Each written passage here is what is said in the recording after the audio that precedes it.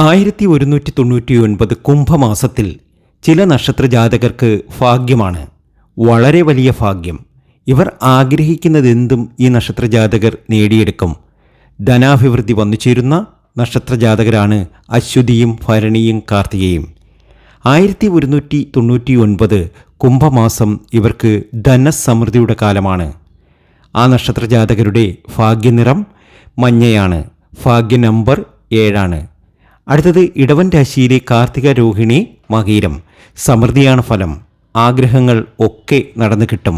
ജീവിതത്തിൽ ഇവർ ആഗ്രഹിച്ചതെന്താണോ അതൊക്കെ ഇവർക്ക് ഈ ഒരു കാലയളവിൽ നടന്നു തന്നെ കിട്ടും. ഭാഗ്യനിറം നീലയാണ്. ഭാഗ്യ നമ്പർ 4. മിഥുനൻ രാശിയിലെ മകീരം, തിരുവാതിര, പുണർതം. ഇവർക്കും ഭാഗ്യത്തിൻ്റെ സമയമാണ്.